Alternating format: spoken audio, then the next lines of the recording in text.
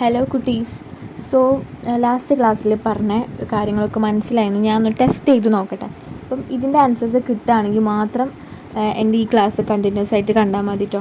അല്ലെങ്കിൽ എനിക്കൊന്ന് ടെസ്റ്റ് ചെയ്യണം എൻ്റെ കുട്ടികൾക്ക് ഇതൊക്കെ കിട്ടുന്നുണ്ടോ, എൻ്റെ കുട്ടികൾക്ക് ഞാൻ പറഞ്ഞ കാര്യങ്ങളൊക്കെ കത്തുണ്ടോ എന്ന് എനിക്ക് നോക്കണം. സോ അതുകൊണ്ടാണ് ഇതിൻ്റെ ആൻസേഴ്സ് എന്തായാലും കമൻറ്റ് ചെയ്യട്ടോ കിട്ടിക്കഴിഞ്ഞാൽ. അപ്പോൾ പോസ് ചെയ്തിട്ട് കമൻറ്റ് ചെയ്ത് കഴിഞ്ഞോ? ഓക്കെ. അപ്പോൾ ഞാൻ ഇതിൻ്റെ ആൻസർ പറഞ്ഞുതരാം. Survival, growth, expansion come under which of the following objective? Organic objective, basic objective അല്ലാതെ. ഇനി which one of the following statement is correct in relation to the profit in accounting and economic സെൻസിൽ? അപ്പോൾ ഞാൻ പറഞ്ഞു accounting profit ആയിരിക്കും എപ്പോഴും വലുത്. കാരണം അതിൽ എന്തായിരിക്കും എക്സ്പ്ലിസിറ്റ്, അതായത് ബുക്കിൽ എഴുതാൻ പറ്റുന്ന കോസ്റ്റ് മാത്രമേ ഉണ്ടാവുള്ളൂ അല്ലേ. പക്ഷേ ഇംപ്ലിസിറ്റ് എന്ന് പറഞ്ഞ കോസ്റ്റ് എന്ന് പറഞ്ഞാൽ ബുക്കിൽ എഴുതാൻ പറ്റാത്ത, കാണാൻ പറ്റാത്ത കോസ്റ്റാണ്. അപ്പോൾ അത് അക്കൗണ്ടിങ് പ്രോഫിറ്റിൽ നമ്മൾ കണക്കാക്കൂല. അതുകൊണ്ട് എപ്പോഴും അക്കൗണ്ടിങ് പ്രോഫിറ്റ് എന്ന് പറഞ്ഞാൽ എന്താണ്? കോസ്റ്റ്, അതായത് റവന്യൂന്ന് കോസ്റ്റ് കുറയ്ക്കുമ്പോൾ. ഓക്കെ. അപ്പോൾ അങ്ങനെയാണെങ്കിൽ ഈ അക്കൗണ്ടിങ് പ്രോഫിറ്റ് ആയിരിക്കും എപ്പോഴും വലുതല്ലേ എക്കണോമിക് പ്രോഫിറ്റിനേലും. കാരണം അക്കൗണ്ടിങ് പ്രോഫിറ്റിൽ ആകെ കൂടെ ഒരു കോസ്റ്റേ ഉള്ളൂ, അതായത് എക്സ്പ്ലിസിറ്റ് കോസ്റ്റ്. ഇക്കണോമിക് സെൻസ് നോക്കുമ്പോൾ ഇക്കണോമിക് പ്രോഫിറ്റിൽ 2 കോസ്റ്റുകളുണ്ട്, എക്സ്പ്ലിസിറ്റും ഉണ്ട് ഇംപ്ലിസിറ്റും ഉണ്ട്. സോ കോസ്റ്റ് കൂടിക്കഴിഞ്ഞാൽ പ്രോഫിറ്റ് കുറയില്ലേ? അപ്പോൾ എപ്പോഴും accounting profit is greater than economic profit. Okay. അങ്ങനെയാണെങ്കിൽ ഇതൊന്ന് പറഞ്ഞേ. Accounting profit considers explicit and implicit cost. അപ്പോൾ കറക്റ്റ് ആയിട്ടുള്ള സ്റ്റേറ്റ്മെൻ്റ് ആണ് എടുക്കേണ്ടത്. അക്കൗണ്ടിങ് പ്രോഫിറ്റിലാകെ കൂടെ എഴുതാൻ പറ്റുന്ന എക്സ്പ്ലിസിറ്റ് കോസ്റ്റേ ഉള്ളൂ. അപ്പോൾ ഇത് ഇൻകറക്റ്റ് സ്റ്റേറ്റ്മെൻ്റ് ആണ്. ഇനി accounting profit is generally less than the economic profit. അത് തെറ്റാണ്. എക്കണോമിക് പ്രോഫിറ്റ് ആണ് എപ്പോഴും കുറയുക. കാരണം എന്താ? പ്രോഫിറ്റ് കൂടുതലാവുക അക്കൗണ്ടിങ് പ്രോഫിറ്റിലാണ്. പിന്നെ ഈ economic profit includes opportunity cost related with self owned factors. Yes, opportunity cost ഉണ്ട് എക്കണോമിക് പ്രോഫിറ്റിൽ. ഇനി മറ്റേതാണെങ്കിലോ no difference between accounting and economic profit എന്നാണ് പറഞ്ഞത്. നോ, രണ്ടിലും ഡിഫറൻസ് ഉണ്ട്. അക്കൗണ്ടിങ് പ്രോഫിറ്റാണ് വലുത്, അതിൽ എക്സ്പ്ലിസിറ്റ് കോസ്റ്റ് മാത്രമേ ഉണ്ടാവുള്ളൂ. പിന്നെ എക്കണോമിക് പ്രോഫിറ്റിൽ എക്സ്പ്ലിസിറ്റും ഇംപ്ലിസിറ്റും കോസ്റ്റ് ഉണ്ട്. അപ്പം ഈ സി ആണ് ആൻസർ. ഇതൊക്കെ പ്രീവിയസ് ഇയർ മെയിൻ എക്സാമിൻ്റെ പേപ്പറിൽ നിന്ന് എടുത്ത ചൂട് ക്വസ്റ്റ്യൻസ് ആണ്. അപ്പം ഈ balancing of the objectives is important ആണ് ശരിക്കും പറഞ്ഞാൽ. കാരണം ഈ ഒബ്ജക്റ്റീവ്സ് ആയിട്ടുള്ള ഇപ്പോൾ പ്രോഫിറ്റ് മാക്സിമൈസിങ് ഒബ്ജക്റ്റീവ് ഉണ്ടാവുമല്ലോ, അതും അതുപോലെ തന്നെ ഇപ്പോൾ മാർക്കറ്റ് ഷെയർ കിട്ടാനുള്ളൊരു ഒബ്ജക്റ്റീവ് ഉണ്ടാവുമല്ലോ, മാർക്കറ്റിംഗ് ഒബ്ജക്റ്റീവ് എന്ന് പറഞ്ഞിട്ടുള്ളത്. കാരണം നമുക്ക് ആ മാർക്കറ്റിംഗ് ഷെയർ ഒബ്ജക്റ്റീവിൽ നമുക്ക് ക്വാളിറ്റി ഇമ്പ്രൂവ് ചെയ്യേണ്ടി വരും. സ്ലാഷിങ് ഡൗൺ ഓഫ് പ്രൈസസിൻ്റെ, പ്രൊഡക്റ്റിൻ്റെ പ്രൈസ് കുറച്ചാലാണ് അധികം സെയിൽസ് നടക്കുള്ളൂ. അപ്പം ഇമ്പ്രൂവ്ഡ് കസ്റ്റമർ സർവീസൊക്കെ കൊടുക്കേണ്ടി വരും. അപ്പോൾ നമുക്ക് കുറച്ച് എക്സ്പെൻഡിച്ചറും കോസ്റ്റ് കൂടുതലാവുകയും ചെയ്യും. അതുപോലെ തന്നെ പ്രൈസ് കുറയ്ക്കേണ്ടിയൊക്കെ വരും മാർക്കറ്റിംഗ് ഒബ്ജക്റ്റീവിന് വേണ്ടിയിട്ട്. അപ്പം ഈ പ്രോഫിറ്റ് മാക്സിമൈസിങ് ഒബ്ജക്റ്റീവും മാർക്കറ്റിംഗ് ഒബ്ജക്റ്റീവും തമ്മിൽ ഇങ്ങനെ കോൺഫ്ലിക്റ്റ് വരാനായിട്ട് ചാൻസ് ഉണ്ട്. അപ്പോൾ അതൊന്നും ഇല്ലാതെ balancing of the objectives is very important. So various objectives may conflict with one another. So balancing is very important. In pursuit of this objectives an enterprise actions may get constrained by many factors. So many factors ഈ ഒബ്ജക്റ്റീവ്സിൻ്റെ pursuit നമ്മൾ ചെയ്യുന്നതിൽ കുറേ many ഫാക്ടേഴ്സും നമ്മളെ influence ചെയ്യും. എന്തൊക്കെ ഫാക്ടേഴ്സാണെന്നറിയോ? Some കോണ്ടിജൻസീസ് or constraints എന്ന് നമുക്ക് പറയാൻ പറ്റും. കുറച്ച് ലിമിറ്റേഷൻസ് ആണ് പറയുന്നത്. അതായത് എൻ്റർപ്രൈസിന് വരാവുന്ന കുറച്ച് ലിമിറ്റേഷൻസ്. ഒന്നെന്ന് പറഞ്ഞാൽ ഇൻഫ്രാസ്ട്രക്ചറൽ ഇനാഡിക്വേസീസ് ആണ്. അടിസ്ഥാനപരമായുള്ള സൗകര്യങ്ങളും റോഡ്സും ഫെസിലിറ്റീസും ഒക്കെ ഇല്ല, ഇനാഡിക്വേറ്റ് ആയിരിക്കും. അതുപോലെ തന്നെ പവർ. അപ്പോൾ എന്തൊക്കെയാണ് ഈ ഇൻഫ്രാസ്ട്രക്ചറൽ ഇനാഡിക്വേസീസ് എന്തൊക്കെയാണെന്ന് വെച്ചാൽ പവർ കട്ട് വരാൻ ചാൻസ് ഉണ്ട്. അതൊക്കെ അടിസ്ഥാനപരമായ ആവശ്യമില്ല, ഒരു പ്രൊഡക്ഷന് പവർ വേണം എന്നുള്ളത്. പിന്നെ irregular supply of raw material ആയിരിക്കും. പിന്നെ non availability of proper transport. So ഇതൊക്കെയാണ് പ്രോപ്പർ ട്രാൻസ്പോർട്ട് നമുക്ക് കിട്ടാത്തൊരവസ്ഥ. അതൊക്കെയാണ് ഇപ്പോൾ കാറുകളും അല്ലെങ്കിൽ ട്രക്കുകളൊക്കെ പ്രോപ്പറായിട്ട് കിട്ടണമെന്നില്ലല്ലോ. അപ്പോൾ അതൊക്കെയാണ് ഈ infrastructural inadequacies that a firm faces. പിന്നെ recurring need for personnel training. ഇപ്പോൾ പേഴ്സണൽ ട്രെയിനിങ് ഒക്കെ കൊടുത്താലും വീണ്ടും വീണ്ടും പേഴ്സണൽ ട്രെയിനിങ് ഒക്കെ കൊടുക്കേണ്ടി വരില്ലേ? അപ്പം ഈ ഒബ്ജക്റ്റീവ്സ് നമുക്ക് നേടുന്ന സമയത്ത് ഇതൊക്കെ ഒരു കോൺസ്ട്രെയിൻ്റ് ആയിട്ട് നിലനിൽക്കുന്നുണ്ട്. പിന്നെ റെസ്ട്രിക്ഷൻസ് ബൈ ദ സ്റ്റേറ്റ്. ഇപ്പോൾ സ്റ്റേറ്റ് എന്തെങ്കിലും രീതിയിൽ റെസ്ട്രിക്ഷൻസ് ഉണ്ടാക്കുകയാണ്, പുതിയ ഒരു നിയമം കൊണ്ടുവരികയാണ്, താരിഫ് അല്ലെങ്കിൽ കസ്റ്റം ഡ്യൂട്ടീസ് എന്ന് പറയും, അതൊക്കെ റേസ് ചെയ്യാണ് എക്സ്പോർട്ട് ചെയ്യുമ്പോഴൊക്കെ. അപ്പോൾ നമ്മൾ പ്രൊഡക്റ്റ് അവിടെ പോകുമ്പോഴേക്കും നല്ല വിലയാവും പ്രൊഡക്റ്റിന്. അപ്പോൾ നമ്മൾ ഇന്ത്യൻ പ്രൊഡക്റ്റിൻ്റെ ഡിമാൻഡൊക്കെ കുറയും. അപ്പോൾ അങ്ങനെയൊക്കെ വളരെ പ്രശ്നങ്ങളുണ്ട്. അതേപോലെ തന്നെ മൂവ്മെൻറ്റ് ഓഫ് ദ ഫാക്ടേഴ്സ് ഉണ്ടാവുമല്ലോ, free mobility of labour and ക്യാപിറ്റലിനൊക്കെ കുറച്ച് ഹിൻഡ്രൻസസ് ഒക്കെ പ്ലേസ് ചെയ്യും ഗവൺമെൻറ്. ലൈക്ക് ഇപ്പം mobility of labour and specialised training may be required to enable worker to change occupation. അപ്പം ഒരു വർക്കറിനെ വേറൊരു വർക്കിലേക്ക് നിയമിക്കണമെങ്കിൽ ഒരു നല്ല സ്പെഷ്യലൈസ്ഡ് ട്രെയിനിങ് കൊടുത്തിരിക്കണം എന്നൊക്കെയുള്ളൊരു നിയമം, ഇത്ര ക്വാളിഫിക്കേഷൻ അയാൾക്ക് ഉണ്ടെങ്കിൽ മാത്രമേ ഈ ഒരു ഹയർ ഈ പോസ്റ്റ് ഇയാൾക്ക് കിട്ടുള്ളൂ എന്നൊക്കെ ഉള്ളൊരു പ്രശ്നം വന്നു കഴിഞ്ഞാൽ നമ്മളുടെ സ്ഥാപനത്തിന് ആ ആൾ തന്നെ ആ ഒരു പൊസിഷനിലിരിക്കണം. അപ്പം അങ്ങനെയൊക്കെ വന്നു കഴിഞ്ഞാൽ ഗവൺമെൻറ് ആണല്ലോ അങ്ങനെ അത്രയും എഡ്യൂക്കേഷൻ അല്ലെങ്കിൽ അത്രയും ഒരു ട്രെയിനിങ് ആൾക്ക് കിട്ടിയാൽ മാത്രമേ ആൾക്ക് അങ്ങനെ ആക്കാൻ പറ്റുള്ളൂ അങ്ങനെയൊക്കെ പറയുന്നത്.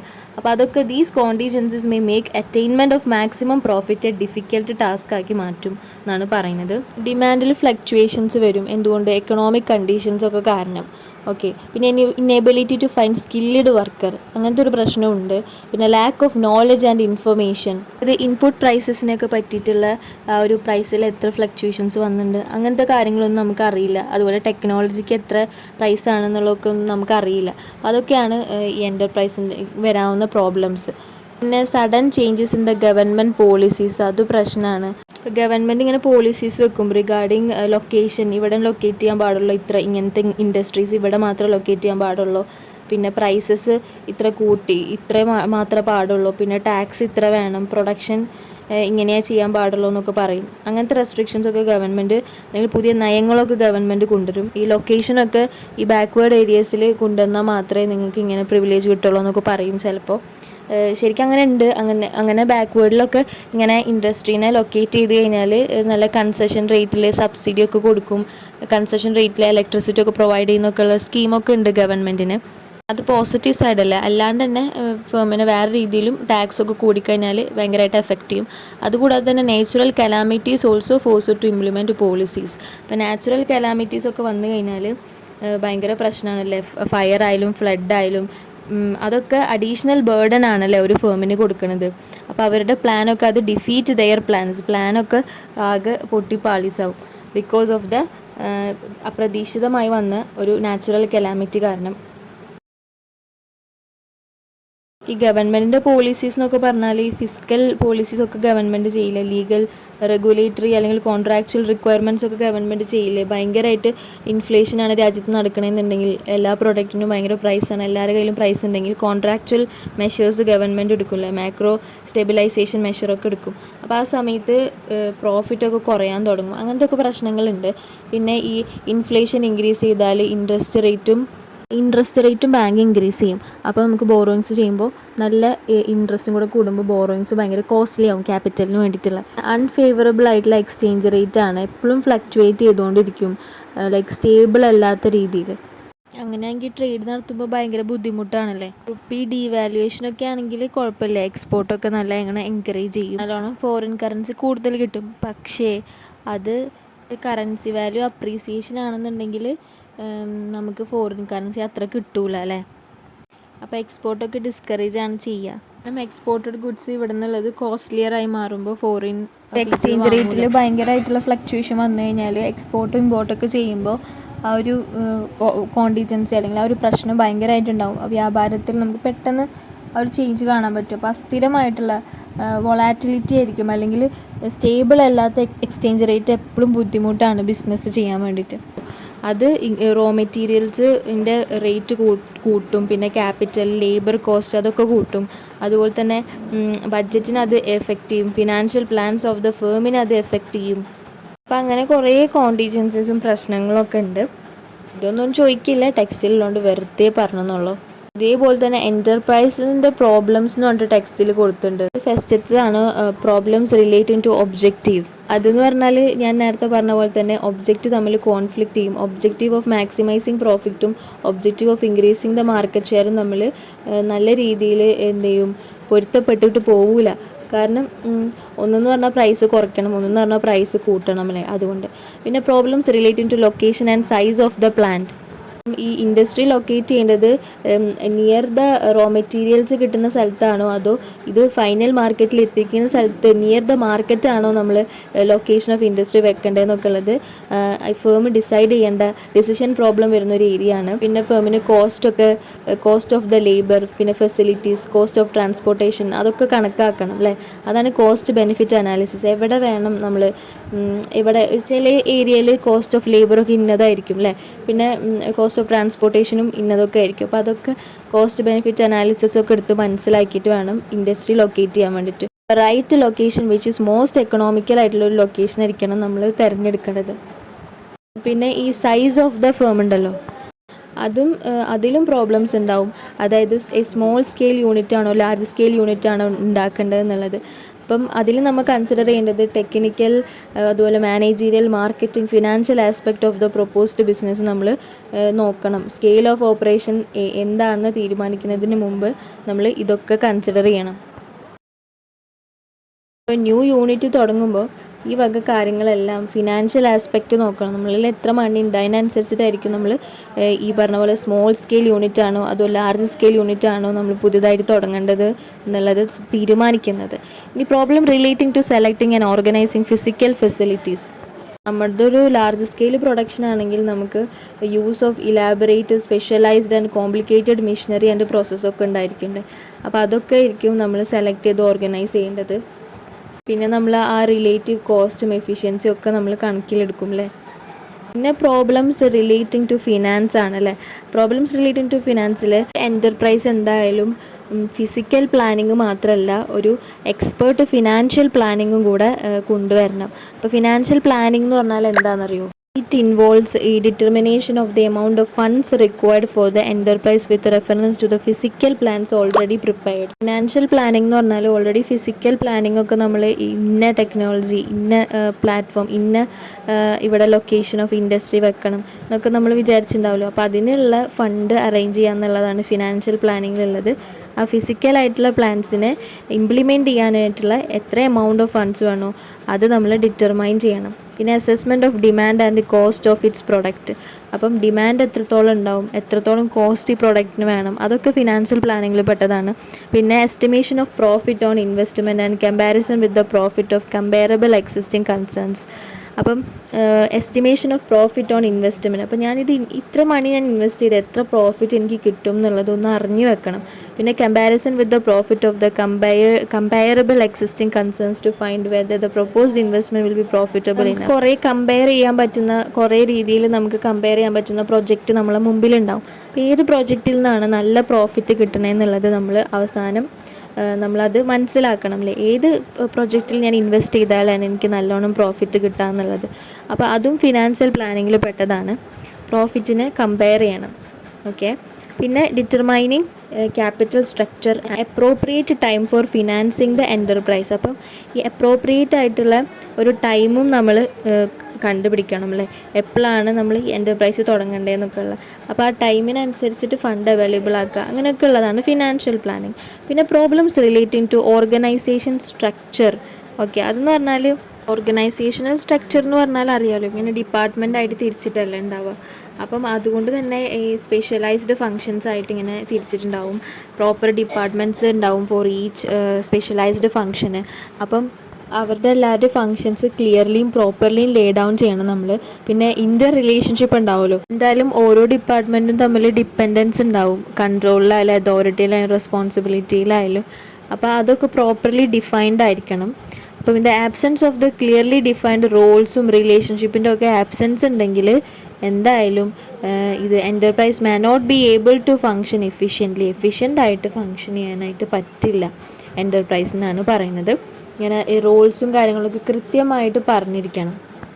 ഹ്യൂമൻ റിസോഴ്സ് മാനേജ്മെൻറ്റ് ഡിപ്പാർട്ട്മെൻറ്റ് വേറെ ഉണ്ടാവും, ഫൈനാൻസിൻ്റെ ഡിപ്പാർട്ട്മെൻറ്റ് വേറെ ഉണ്ടാവും, അങ്ങനെയൊക്കെ ഉണ്ടാവുമല്ലോ. ഇപ്പോൾ ഒരു കോളേജ് തന്നെ എടുത്തു കഴിഞ്ഞാൽ അവിടെ ഓരോ ഡിപ്പാർട്ട്മെൻറ്റായിട്ടാവും അല്ലേ. ഇംഗ്ലീഷ് ഡിപ്പാർട്ട്മെൻറ്റ് ഉണ്ടാവും, എക്കണോമിക്സ് ഡിപ്പാർട്ട്മെൻറ്റ് ഉണ്ടാവും. അപ്പോൾ അവർ തമ്മിലുള്ള, പിന്നെ ഫിനാൻസ് ഡിപ്പാർട്ട്മെൻറ്റ് ഉണ്ടാവും, പിന്നെ ഫീ അടയ്ക്കാൻ വേണ്ടി വേറെ ഡിപ്പാർട്ട്മെൻറ്റ് ഉണ്ടാവും. അങ്ങനെ ഇങ്ങനെ നല്ല അതോറിറ്റി ഉള്ള ആൾക്കാരെ കാണാൻ വേറെ ഡിപ്പാർട്ട്മെൻറ്റ് ഉണ്ടാവും. അപ്പോൾ ഡിഫൈൻഡ് ആയിരിക്കണം എല്ലാ കാര്യങ്ങളും. പിന്നെ problems relating to marketing relating problems ഉണ്ടാവും. നമ്മളിങ്ങനെ ടാക്റ്റിക് ആയിട്ടുള്ള മാർക്കറ്റിംഗ് ടൂൾസൊക്കെ നമ്മൾ ഉപയോഗിക്കണം. ശരിക്കും പറഞ്ഞാൽ 4 Ps ഉണ്ടാവുമല്ലോ. Enterprise has to make decisions regarding the 4 Ps like product, promotion, price, place ഒക്കെ തമ്മിൽ നമ്മളിങ്ങനെ പ്രൊഡക്റ്റ് എന്ന് പറഞ്ഞാൽ variety, quality, design, feature, brand name, packing, അതൊക്കെ നമ്മൾ പ്രൊഡക്റ്റിനെ അസോസിയേറ്റ് ചെയ്തിട്ട് നമ്മൾ ചെയ്യണം. പിന്നെ പ്രൊമോഷൻ എന്ന് പറഞ്ഞാൽ methods of communicating with the consumers through personal selling, social contact, advertising, publicity ഒക്കെ ഉണ്ടാവുമല്ലോ. പിന്നെ പ്രൈസ് എന്ന് പറഞ്ഞാൽ പോളിസീസ് റിഗാർഡിംഗ് പ്രൈസിങ്, ഡിസ്കൗണ്ട് കൊടുക്കണോ, അലോവൻസ് വേണോ, ക്രെഡിറ്റ് ടേംസ് കൊടുക്കണോ, ലോണായിട്ട് ഇൻസ്റ്റാൾമെൻ്റ് ആയിട്ട് കൊടുക്കണോ, കൺസെഷൻ റേറ്റിൽ പ്രൈസ് ഇടണോ, അതൊക്കെ. പിന്നെ പ്ലേസ് എന്ന് പറഞ്ഞാൽ policy regarding coverage, outlets for sales, എവിടെയൊക്കെ ഔട്ട്ലെറ്റ് തുടങ്ങണം, ചാനൽസ് ഓഫ് ഡിസ്ട്രിബ്യൂഷൻ, ഏതൊക്കെ രീതിയിൽ ഓൺലൈൻ വഴിയാണോ ഓഫ്ലൈൻ വഴിയാണോ നമ്മൾ പ്രൊഡക്റ്റ് ഡിസ്ട്രിബ്യൂട്ട് ചെയ്യേണ്ടത്, location, layout of stores, inventory, ലോജിസ്റ്റിക്സും എല്ലാ കാര്യങ്ങളും നമ്മൾ മനസ്സിലാക്കണം. നല്ല പാക്കിങ്ങും നല്ല അഡ്വർടൈസ്മെൻറ്റും നല്ല ക്വാളിറ്റി പ്രൊഡക്റ്റൊക്കെ ഈ കൊടുത്താൽ മാത്രമേ ഈ കാലഘട്ടത്തിൽ നമുക്ക് ജയിക്കാനായിട്ട് പറ്റുള്ളൂ. സർവൈവലും ഗ്രോത്തിനും എസെൻഷ്യൽ ആയിട്ടുള്ള കാര്യങ്ങളാണ് ഈ 4 Ps. അപ്പോൾ അത് ആ ഒരു കാര്യം വളരെയധികം ശ്രദ്ധിക്കണം. സോ ഇപ്പോൾ ഡിസിഷൻസ് വളരെ കെയർഫുള്ളായിട്ട് മേക്ക് ചെയ്യേണ്ടി വരും. ഈ problems relating to legal formality the time of launching the enterprise, നമുക്ക് ഫോർമാലിറ്റീസ് ഉണ്ടാവും അല്ലേ. ക്ലോഷ്യറിൽ ഫോർമാലിറ്റീസ് ഉണ്ടാവും, പേയിങ് ഡിഫറെൻറ്റ് ടൈപ്സ് ഓഫ് ടാക്സസിന് ഫോർമാലിറ്റീസ് ഉണ്ടല്ലോ. അതുപോലെ തന്നെ submission of various types of information to the relevant authorities. ഇപ്പോൾ കമ്പനിയൊക്കെ ആണെങ്കിൽ എന്തായാലും ROC വേണ്ടേ നമുക്ക്, രജിസ്ട്രേഷൻ എന്തായാലും മാൻഡേറ്ററി ആണല്ലോ. പിന്നെ റൂൾസും laws formulated by the government ഉണ്ടാവുമല്ലോ, relating to location, environmental protection, control of pollution, size, wage, bonus, corporate management, licensing, prices, ഇതിനൊക്കെ പറ്റിയിട്ടുള്ള നല്ല അറിവും കാര്യങ്ങളൊക്കെ എന്തായാലും ഉണ്ടായിരിക്കണം. പിന്നെ problems relating to industrial relations. അപ്പം ഇൻഡസ്ട്രിയൽ റിലേഷൻസിൽ പറഞ്ഞാൽ the problem of winning workers corporation, അതുപോലെ തന്നെ problem of enforcing proper discipline among workers, problem of dealing with organised labour, പിന്നെ problem of establishing a state of democracy in the industry by associating workers with the management of the industry. അതൊക്കെ കുറച്ച് problem നിറഞ്ഞത് തന്നെയാണ്. പിന്നെ മിസ്അണ്ടർസ്റ്റാൻഡിങ്ങും conflict of the interest ഒക്കെ വന്നാൽ ഭയങ്കര ബുദ്ധിമുട്ടാണ്. പിന്നെ എല്ലാവരും ഫെയർ ആയിട്ട് ട്രീറ്റ് ചെയ്യണം. അതൊക്കെ ഈ present day factory system of പ്രൊഡക്ഷനിൽ വളരെ ഇമ്പോർട്ടൻ്റ് ആണ്. അപ്പോൾ അതുകൊണ്ട് തന്നെ management has to devise special measures to win the corporation of large number of workers employed. അപ്പോൾ അങ്ങനെ 8 എൻ്റർപ്രൈസിൻ്റെ പ്രോബ്ലംസ് ആണുള്ളത്. ഇതും വെറുതെ പറഞ്ഞു എന്നുള്ളൂ, ഇവിടെ നിന്നൊന്നും ക്വസ്റ്റ്യൻസ് ചോദിക്കാൻ ചാൻസ് ഇല്ല. കാര്യം ഞാനെപ്പോഴും എല്ലാ ചാപ്റ്റേഴ്സും എടുത്തു കഴിഞ്ഞാൽ പറയില്ലേ, ഒന്ന് ടെക്സ്റ്റ് പോയി വായിക്കുക, നമ്മൾ CA സ്റ്റുഡൻസ് അല്ലേ എന്നൊക്കെ പറയില്ലേ. അപ്പോൾ നിങ്ങളിങ്ങനെ ടെക്സ്റ്റ് പോയി വായിക്കുന്ന സമയത്ത് ഞാൻ ഈ ഭാഗം എടുത്തില്ല എന്നുണ്ടെങ്കിൽ നിങ്ങൾ വിചാരിക്കും ഈ ഭാഗമൊന്നും ടീച്ചർ എടുത്തില്ലല്ലോ എന്നുള്ളൊരു പേടി വരും. അതില്ലാണ്ടിരിക്കാനാണ് ഞാൻ പറഞ്ഞു തന്നത്. പക്ഷെ ആ ഒരു ഏരിയ ഇമ്പോർട്ടൻ്റ് ഏരിയയേ അല്ല. ബിക്കോസ് പ്രീവിയസ് ഇയർ പേപ്പർ എടുത്താലൊന്നും ഇവിടെ നിന്നല്ല ചോദ്യം ചോദിക്കുക. കാരണം ഇതുക്കും ഇമ്പോർട്ടൻ്റ് ആയിട്ടുള്ള ഏരിയ ഉണ്ട്. നമുക്ക് കൃത്യമായി അറിഞ്ഞിരിക്കേണ്ട Cobb web theory, production function, long run, short run production function, അങ്ങനത്തെ മെയിൻ കാര്യങ്ങളുണ്ട്. അതൊക്കെയാണ് ഇപ്പോൾ ഡിസ്കസ് ചെയ്യാൻ പോണത്.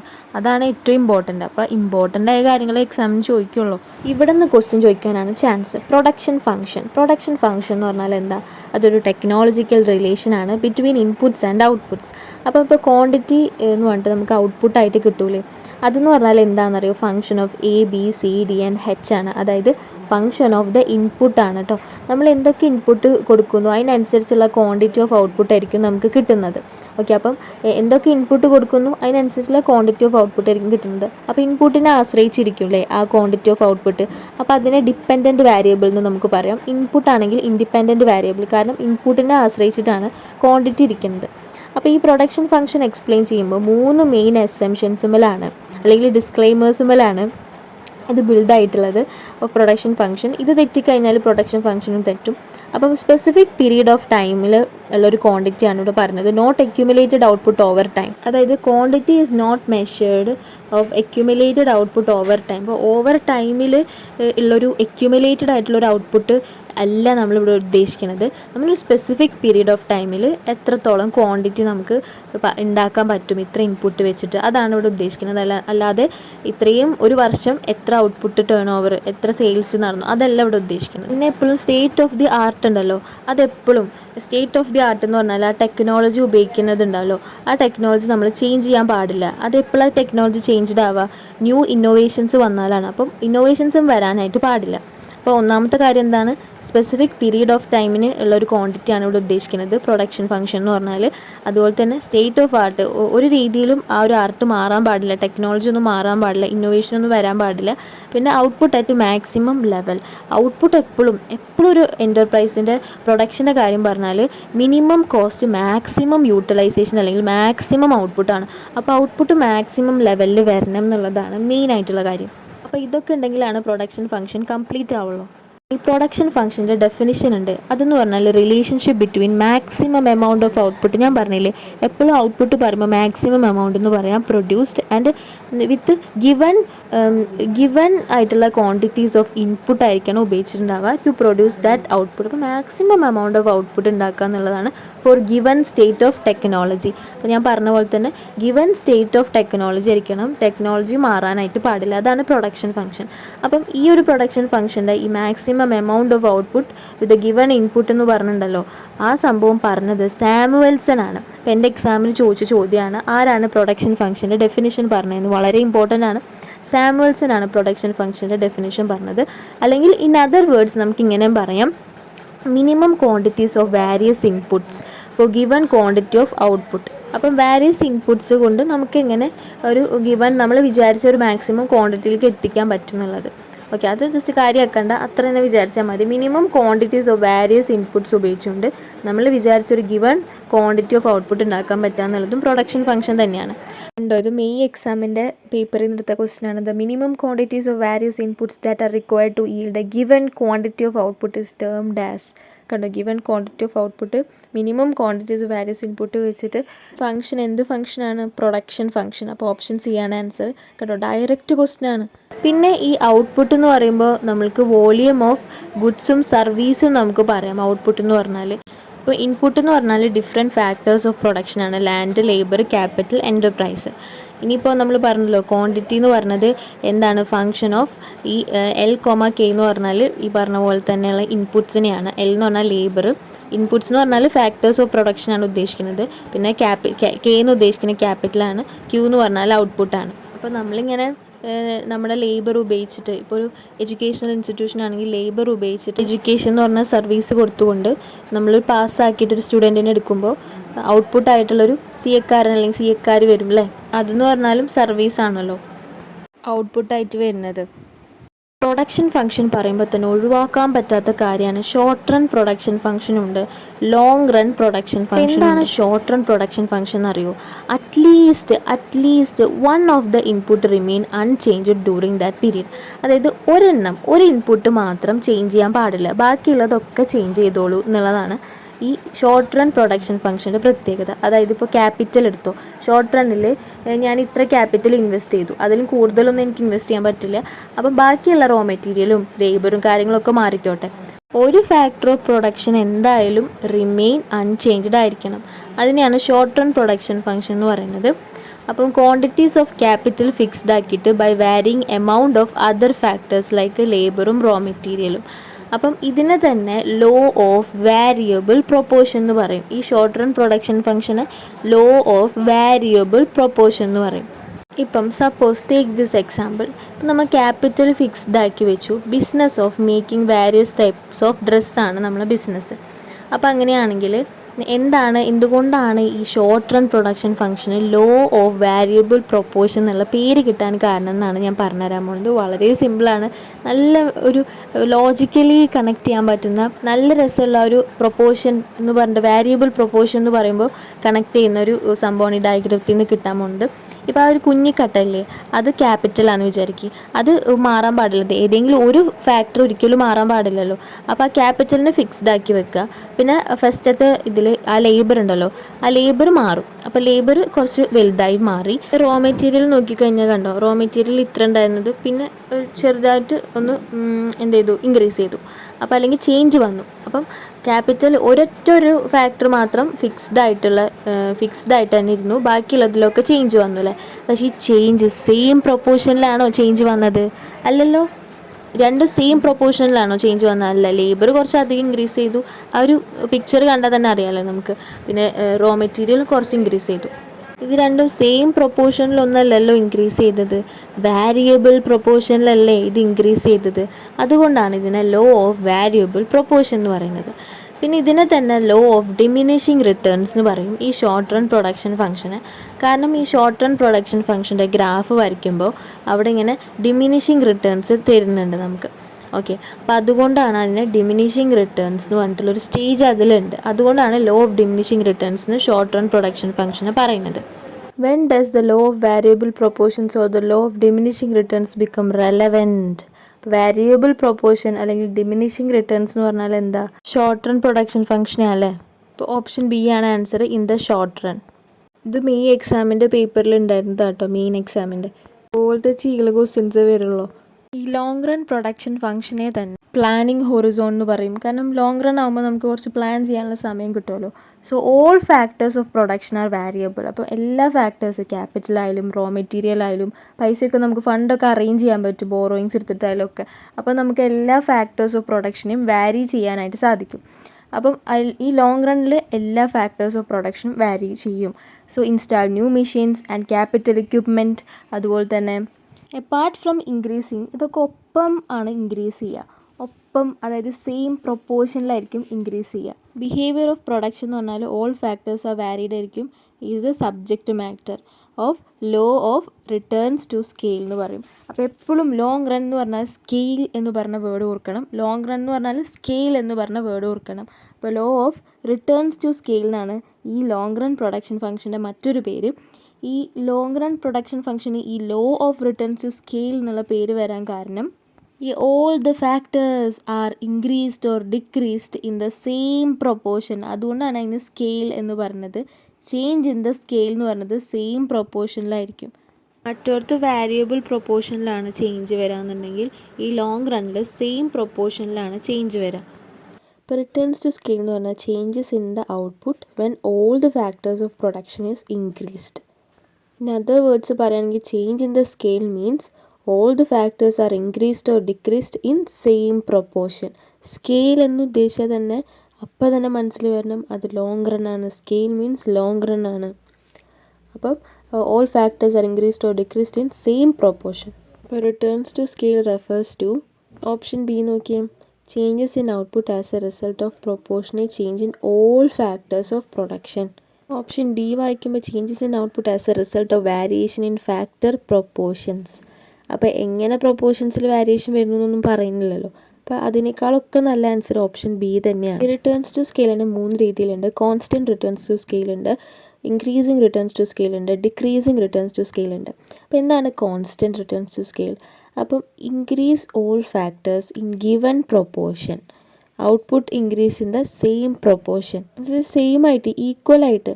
ഇപ്പോൾ എന്താണോ ഈ ഫാക്ടർ പ്രൊപ്പോർഷനിൽ വരുത്തിയ ചേഞ്ച് അതേ ചേഞ്ച് തന്നെ ഔട്ട്പുട്ടിലും വരുന്നു. ഇപ്പോൾ ഫാക്ടർ പ്രൊപ്പോർഷൻ നമ്മൾ 10% ഇൻക്രീസ് ചെയ്തെന്ന് വിചാരിക്കൂ. അപ്പോൾ ഔട്ട്പുട്ടും 10% ഇൻക്രീസ് വരും. അതാണ് കോൺസ്റ്റൻറ്റ് പ്രൊപ്പോർഷൻ. അപ്പോൾ that is doubling causes output to double. അതായത് ഫാക്ടർ പ്രൊഡക്ഷൻ നമ്മൾ ഡബിൾ ചെയ്താൽ ഔട്ട്പുട്ടും എന്താവും? ഡബിൾ ചെയ്യും. ഓക്കെ.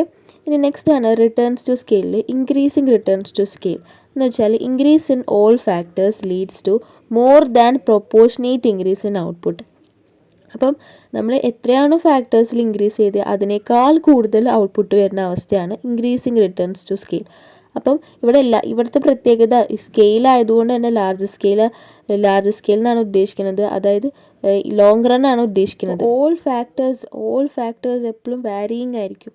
അപ്പോൾ ഇവിടെ എല്ലാത്തിലും കോമൺ ആയിട്ട് ഓൾ ഫാക്ടേഴ്സ് എന്നാണ് പറയുന്നത്. Increase in all factors leads to more than proportionate change in the output. That is all factors doubled ചെയ്ത് കഴിഞ്ഞാൽ output more than the double ആയിരിക്കും. മനസ്സിലായില്ലേ? ഇനി റിട്ടേൺസ് ടു സ്കെയിലിന് തന്നെ നമുക്ക് ഡിക്രീസിങ് റിട്ടേൺസ് ടു സ്കെയിൽ എന്ന് പറയാം. എന്ന് വെച്ചാൽ എന്താണെന്ന് അറിയോ? Increase in all factors leads to less than proportionate increase in the output. അപ്പോൾ നമ്മളിപ്പോൾ എല്ലാ ഫാക്ടേഴ്സും ഇൻക്രീസ് ചെയ്തു എന്ന് വിചാരിക്കുക. ആ സമയത്ത് നമ്മൾ ഇൻക്രീസ് ചെയ്തതിനേക്കാളും എത്രയാണോ ഫാക്ടേഴ്സിൽ ഇൻക്രിമെൻറ്റ് നടത്തിയത് അതിനേക്കാളും കുറഞ്ഞൊരു ഔട്ട്പുട്ടേ നമുക്ക് കിട്ടുള്ളൂ. ദാറ്റ് ഈസ് ഇപ്പോൾ നമ്മൾ ഓൾ ഫാക്ടേഴ്സ് ഡബിൾ ചെയ്ത് കഴിഞ്ഞാലും നമ്മൾക്ക് കിട്ടുന്ന ഔട്ട്പുട്ട് എന്ന് പറഞ്ഞാൽ ലെസ് ദാൻ ദ ഡബിൾ ആയിരിക്കും. അത് ഞാൻ അവിടെ എഴുതിയിട്ടില്ല. ഈ കോൺസ്റ്റൻറ്റ് റിട്ടേൺസ് ടു സ്കെയിൽ എന്ന് പറഞ്ഞാൽ ഇൻപുട്ട് പ്രൊപ്പോർഷൻ എന്താണോ അത് തന്നെ ആയിരിക്കും കിട്ടുന്ന ഔട്ട്പുട്ട് പ്രൊപ്പോർഷനും. അതർവൈസ് കോൾഡ് ഈ കോൺസ്റ്റൻറ്റ് റിട്ടേൺസ് ടു സ്കെയിലിൻ്റെ മറ്റൊരു പേരെന്ന് പറഞ്ഞാൽ ലീനിയർ ഹോമോജീനിയസ് പ്രൊഡക്ഷൻ ഫംഗ്ഷൻ എന്നാണ്.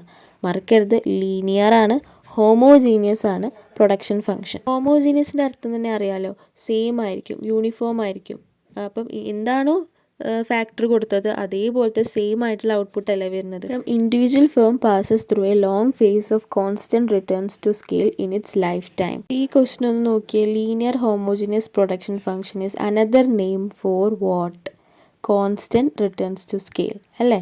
ലോ ഓഫ് വാരിയബിൾ പ്രൊപ്പോർഷൻ എന്ന് പറയാൻ പാടില്ല, കാരണം അതെന്താ ഷോർട്ട് റണ്ണിലത്തെ പ്രൊഡക്ഷൻ ഫംഗ്ഷൻ അല്ലേ. ഇതെന്ന് പറഞ്ഞാൽ ലോങ് റണ്ണിലത്തെയാണ്. സ്കെയിൽ എന്ന് കണ്ട അപ്പോൾ തന്നെ ലോങ് റണ്ണിലത്തെയാണ്. അപ്പോൾ ഇൻക്രീസിങ് റിട്ടേൺസ് ടു സ്കെയിൽ എന്ന് പറഞ്ഞാൽ output increases in greater proportion than the increase in input. ഇനി ഏറ്റവും ഇമ്പോർട്ടൻ്റ് ആയിട്ടുള്ള ഒരു പ്രൊഡക്ഷൻ ഫംഗ്ഷൻ ഉണ്ട്, that is Cobb Douglas production function. അതുപോലെ തന്നെ ഒരു കോബ് വെബ് തിയറി ഉണ്ടായിരുന്നില്ലേ, അത് പ്രൊപ്പോണ്ടഡ് ബൈ ആരാണ്? നിക്കോളാസ് കാൽഡർ ആണ്. അപ്പോൾ അതുപോലെ തന്നെ ഇവിടെ Cobb Douglas production function famous ആയിട്ടുള്ളൊരു സ്റ്റാറ്റിസ്റ്റിക്കൽ പ്രൊഡക്ഷൻ ഫംഗ്ഷനാണ്. ഇത് applies to whole of the manufacturing units in US, united സ്റ്റേറ്റ്സിലെ മാനുഫാക്ചറിങ് യൂണിറ്റ്സിലും ഇത് അപ്ലൈ ചെയ്യാൻ പറ്റിയിരുന്നു. The production function is Q is equal to KL raise to A C raise to 1 minus A. അപ്പോൾ ഇവിടെ raise to A ഉണ്ട്, raise to minus A ഉണ്ട്, അത് മറക്കരുത്. പിന്നെ കാറിനൊക്കെ നമ്പർ പ്ലേറ്റില്ലേ, ഇവിടെ കേരള എന്നുള്ള പോലെ ഇവിടെ KL raise to A C raise to 1 minus A. ഇത് ഈ സംഭവം തന്നെ ഡയറക്റ്റ് ചോദിച്ചിട്ടുണ്ട് എൻ്റെ എക്സാമിന്. ഇതേ പിടിച്ചു. Cobb Douglas production function is stated as ഏതായിരിക്കും? KL റേസ് ടു A എന്നല്ലേ ഞാൻ പറഞ്ഞത്. അതുപോലെ തന്നെ റേസ് ടു A ഉണ്ടായിരിക്കും, ഒരു മൈനസ് A ഉണ്ടായിരിക്കും അതിൽ. അപ്പം KL raise to A C raise to 1 minus A എന്നുള്ളത് ഓപ്ഷൻ D ആണ് കറക്റ്റ് ആൻസർ. ഇതിൽ കെയും എയും പോസിറ്റീവ് കോൺസ്റ്റൻസ് ആണ്. Q എന്ന് പറഞ്ഞത് ഔട്ട്പുട്ടാണ്.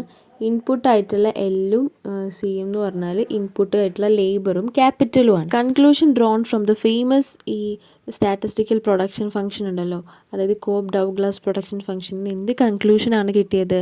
ലേബർ കോൺട്രിബ്യൂട്ടഡ് അബൌട്ട് 3/4 ലേബറാണ് കോൺട്രിബ്യൂട്ട് ചെയ്തിട്ടുള്ള ഫാക്ടേഴ്സ് ഓഫ് പ്രൊഡക്ഷനിൽ. ക്യാപിറ്റൽ ആണെങ്കിൽ 1/4 ഉള്ളൂ. അപ്പം ഇൻക്രീസ് ഇൻ മാനുഫാക്ചറിങ് പ്രൊഡക്ഷൻ. അപ്പോൾ ഇങ്ങനത്തെ ഒരു കോമ്പിനേഷൻ ഉണ്ടെങ്കിൽ മാത്രമേ മാനുഫാക്ചറിങ് പ്രൊഡക്ഷൻ ഇൻക്രീസ് ചെയ്യുമെന്നാണ് കണ്ടുപിടുത്തം. Cobb Douglas production function is used in economics as an approximation ആയിട്ടാണ് ഉപയോഗിക്കൽ. എന്ന് പറഞ്ഞാൽ കോബും ഡൗഗ്ലൈനും പറഞ്ഞിട്ട് 2 പേരാണ് കേട്ടോ ഇത് കണ്ടുപിടിച്ചത്. അതുകൊണ്ടാണ് Cobb and Douglas assume that. അപ്പോൾ ഇവർ 2 പേരാണ്, ഒരാളല്ല. അപ്പോൾ ഇവർ എസ്യൂം ചെയ്തിട്ടുണ്ട് that returns to scale are constant. ഈ പ്രൊഡക്ഷൻ ഫംഗ്ഷൻ എന്ന് പറഞ്ഞാൽ റിട്ടേൺസ് ടു സ്കെയിലിനെ അടിസ്ഥാനപരമായി എക്സ്പ്ലെയിൻ ചെയ്തത് ഈ ലോങ് റൺ പ്രൊഡക്ഷൻ ഫംഗ്ഷൻ എന്നുള്ള രീതിയിലാണ് പറഞ്ഞത്. അതിന് തന്നെ റിട്ടേൺസ് ടു സ്കെയിൽ എന്ന് പറയാമല്ലോ, നമുക്ക് law of returns to scale എന്ന് പറയാമല്ലോ. അപ്പം ഈ റിട്ടേൺസ് ടു സ്കെയിൽ തന്നെ കോൺസ്റ്റൻ്റ് ആവാം, അതുപോലെ തന്നെ ഇൻക്രീസിങ് ആവാം, ഡിക്രീസിങ് ആവാം അല്ലേ. ഇവിടെ കോൺസ്റ്റൻ്റ് ആണ് അദ്ദേഹം ഉപയോഗിച്ചിട്ടുള്ളത്. എത്രയാണോ ഫാക്ടേഴ്സ് ഡബിൾ ചെയ്തത് അത്രയും ഡബിൾ തന്നെ ആയിരിക്കും ഔട്ട്പുട്ട്. പിന്നെ ഇതിൽ കണ്ടോ Q is equal to KL raise to A C raise to 1 minus Aക്ക് പകരം B എന്നാണ് കൊടുത്തിട്ടുള്ളത്. ഇത് ആക്ച്വലി റീറോഡ് ദ ഇക്വേഷൻ. അതൊന്നും വലിയ ഇമ്പോർട്ടൻസ് ഇല്ല. ക്വസ്റ്റ്യൻ പിടിച്ചോ. The Cobb Douglas production function explains dash returns to scale in production, constant returns to scale. Option D ആണ് ആൻസർ.